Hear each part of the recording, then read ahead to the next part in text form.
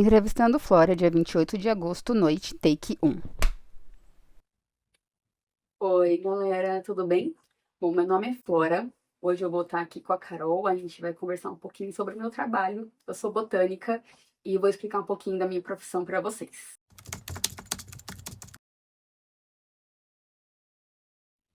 Bom, minha paixão surgiu há muitos e muitos anos atrás, lá quando eu nasci. Na verdade, acho que até antes de eu nascer. Não sei se vocês perceberam, mas meu nome é Flora Liz Petrin. Flora vem de flor, claro. Lis é de flor de lis. E Petrin é um pássaro natural das Américas, principalmente no Nordeste brasileiro e na parte central da Argentina. E acredito que a minha paixão tinha vindo já dos meus pais. Meus pais moravam num sítio. Eles eram super entusiastas da botânica e eu cresci naquele ambiente de natureza, de planta, animal, flor, coisas medicinais e etc. E como isso foi praticamente tudo que eu conheci, né, na minha vida, eu cresci nesse meio, nunca tinha conhecido outra coisa. E depois que eu conheci, também não gostei, continuei gostando da flora e da fauna e quis continuar nessa área.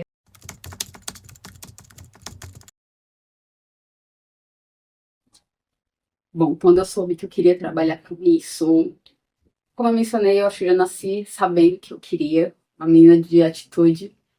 Mas eu acredito que teve sim um momento crucial que eu tive a certeza que era isso que eu queria. E foi durante a faculdade. A gente foi fazer uma pesquisa de campo, nada mais, nada menos que na floresta amazônica. A gente estava lá no meio de, nossa, várias espécies, vários seres incríveis, flores, plantas, animais que eu nunca tinha visto na minha vida. Eu acredito que metade das pessoas nem sabem que existe, assim como eu também não sabia que existiam. E eu fiquei fascinada por aquilo, e ali foi a comprovação de que era aquilo que eu queria fazer pro resto da minha vida, assim. Bom, essa é uma relação bem complicada. Tudo tem um equilíbrio, assim como essa relação tem um lado positivo e um negativo. Eu acho que é uma relação bem complexa, porque enquanto a gente tem ali várias áreas em desenvolvimento, a tecnologia hoje também já entrou no mundo das plantas sobre meios de pesquisa, hoje em dia já são bem modernos, meios de catálogo, de catalogar e registrar as coisas também já tem muita tecnologia envolvida. O que é muito bom, né, para a gente ter ali um registro mais oficial e duradouro da história, mas ao mesmo tempo a falta de estudo e conscientização da sociedade pesa assim de uma maneira bem desigual para mim. A natureza sendo desmatada, a Amazônia, queimadas, tudo isso destruindo o habitat de várias espécies, tanto de animais como de plantas, flores, árvores. A plantinha ali, ela absorve dióxido de carbono e ela transforma isso em oxigênio, que é simplesmente o fator base, o ingrediente, digamos, que a gente precisa para sobreviver. E na falta desse ser que provém, que providencia o oxigênio pra gente, a gente não vai ter o que respirar logo mais, entendeu? E vai chegar num nível gravíssimo que a gente vai ter problemas de respiração que a maioria já tem, a gente não consegue mais, com a quantidade de plantas existentes hoje, em uma certa região urbana, combater a poluição criada pelos automóveis e fábricas. Então já tá o tipo totalmente desequilibrado, já tá o lado positivo e o lado negativo lá embaixo pesando cada vez mais.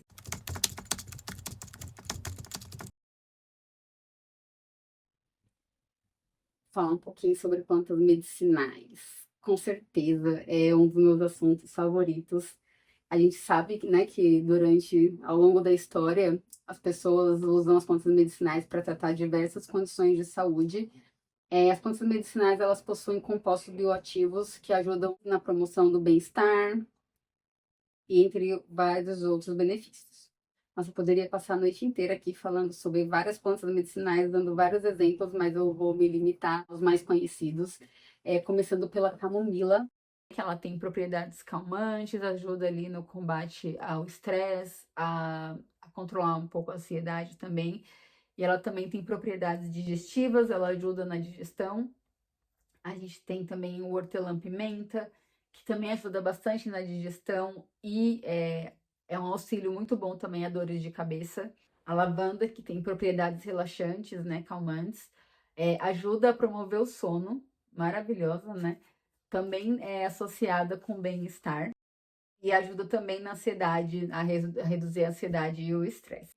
Inclusive, uma curiosidade é que todas essas marcas de produtos de limpeza que usam a lavanda como um dos componentes, então a gente tem limpador de móveis, de banheiro, de pisos, azulejos, no todo com cheirinho de lavanda. E isso é justamente para da pessoa usar ali o produtinho de lavanda, isso vai trazer uma sensação calmante nela, uma sensação de bem-estar, de sabilar, docilar, e assim ela vai sempre procurar esse sentimento de volta, procurar comprar os mesmos produtos para ter a mesma experiência. E a gente tem o gengibre também, que ele é muito conhecido pelas propriedades anti-inflamatórias, ajuda a combater náuseas e ajuda também na digestão.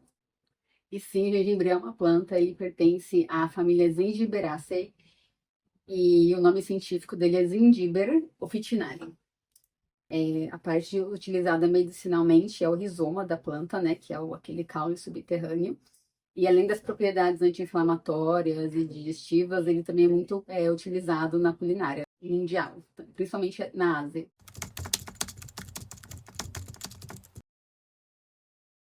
Plantas e flores comestíveis, beleza. Então, vou começar com uma das minhas favoritas, que é a calêndula. A calêndula, ela tem propriedades cicatrizantes. Ela é boa para digestão, acelera o metabolismo e você pode, não precisa só tomar a calêndula para ação cicatrizante dela, você pode também fazer ali uma pastinha com óleo essencial de calêndula, passa no machucadinho, né, algum corte que você tem, sara rapidinho. A gente tem o hibisco também, né, que a flor dele é muito usada em chá, que hoje em dia se tornou bastante comum aqui no Brasil, ainda bem, porque as propriedades dele são super benéficas também. Além de ser consumido no mundo inteiro, tem várias bebidas hoje em dia, não só em chás.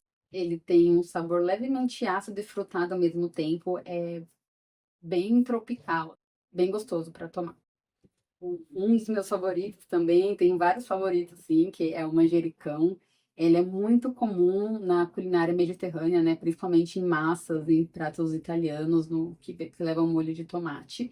É uma coisa muito importante e interessante também, não é só a folhinha do manjericão que é comestível, tá? A flor dele também é. Então não precisa, tipo, cortar tudo, tirar só as folhinhas, jogar a flor fora. Guarda a flor também, que além dela ser super bonitinha e poder usar como enfeite, ela também é comestível. E tem também o dente de leão, né? Que essa planta, tanto a folha como a raiz e as flores são comestíveis. Aqui no Brasil, infelizmente, ainda não é muito conhecido, não é muito utilizado. Mas na cultura asiática, eles tomam muito chá de dente de leão, usam na culinária também. Seria maravilhoso se ficasse mais famoso aqui no Brasil, porque também tem muitos benefícios. Tem o milho também, que ele é inclusive sagrado em muitas culturas das Américas. E você sabia que o milho, assim como o gengibre, também é uma planta? Aham, ele é da família das gramíneas, né? Ele é muito conhecido por fazer parte da alimentação tanto humana como animal. Tem até certas pessoas, assim, que acreditam que foram os extraterrestres que trouxeram o milho para o nosso planeta. Que ele é super versátil, você pode fazer qualquer coisa com ele, você pode fazer suco, você pode fazer comida, receitas, doces, além de poder usar também a espiga para vários tipos de projeto. Inclusive o próprio milho também, quando não cozido, também pode ser usado para projetos diversos, experiências, atividades. E por isso que falam que foram os extraterrestres para alimentar a população que eles iam colocar aqui. Olha, estamos indo um pouquinho pro esoterismo ali, mas eu vou deixar aqui só no lado científico, né? Que é o tema da entrevista. E é isso. E sim, eu super apoio plantinha dentro de casa. A gente tem algumas espécies que são super propícias a se desenvolver e se manter em ambientes internos e fechados, que algumas que só se desenvolvem e sobrevivem em ambientes externos ou com muita luz. Então, alguns exemplos, assim, a espada de São Jorge, que ela é maravilhosa tanto na purificação do ar, quem acredita em propriedades energéticas, ela também é riquíssima nisso.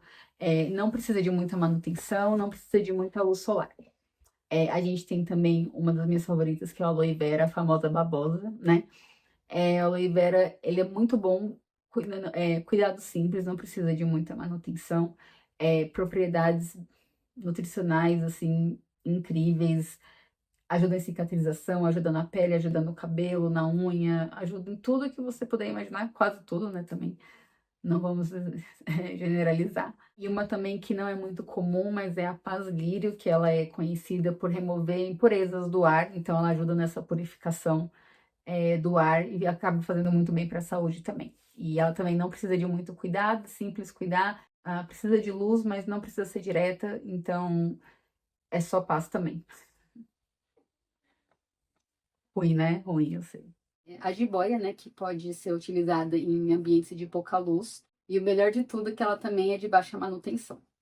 Então, quando você for escolher, né, sua plantinha de interior, é sempre bom dar uma pesquisada, ver quanto de luz o local que ela vai ficar recebe, se a plantinha precisa de luz ou não, se ela é pet friendly, né, que é muito importante isso para quem tem criança também, quem tem animais de estimação. Tem algumas florzinhas que pode ser perigoso deixar ali perto deles, e tem que ver se não pode causar algum tipo de intoxicação. Caso consumida, se vai ficar ao alcance, né, tanto do pet como da criança. E tem que fazer toda essa pesquisa de campo, toda essa pesquisa antes de escolher a plantinha ideal.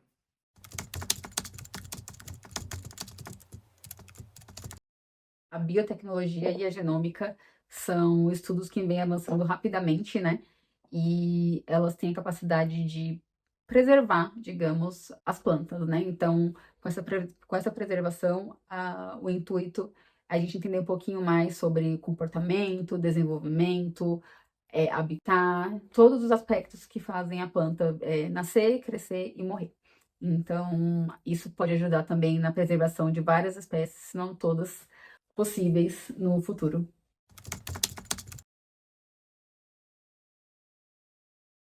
Sim, infelizmente, existem plantas extintas, apesar que extinto a gente se refere mais a coisas que não existem mais. E nesses casos, as plantas que a gente diz extintas, elas sim existiram, mas viraram fósseis, foram fossilizadas, então, e foi assim que a gente descobriu. Então, por isso que eu não digo que realmente não existem mais, porque a gente ainda tem traços delas. E por incrível que pareça, né, elas só foram descobertas através de fósseis. Existem outras plantas que, assim como os dinossauros, a gente acredita que pode nunca ter tido nenhum registro dela, nenhuma documentação, então elas podem ter existido, se extinguido e ninguém nunca, infelizmente, vai saber sobre elas. E elas podem se extinguir devido a vários fatores, como mudança climática, destruição de habitat, que entra naquele tema que a gente comentou sobre a relação homem e natureza, e também por doenças. Plantas têm doenças, tem alguns fungos também que são malignos para elas, né? E além disso, uma notícia não muito boa, mas é que, assim como os dinossauros, né? Muitas plantas e flores podem ter sido extintas e nunca chegaram a ser descobertas, né? Ninguém nunca chegou a documentar, registrar nada sobre elas. Então, vai ficar sempre aí esse ponto de interrogação, né? Será que existia? Como será que ela era? Qual o papel dela na natureza? E é isso.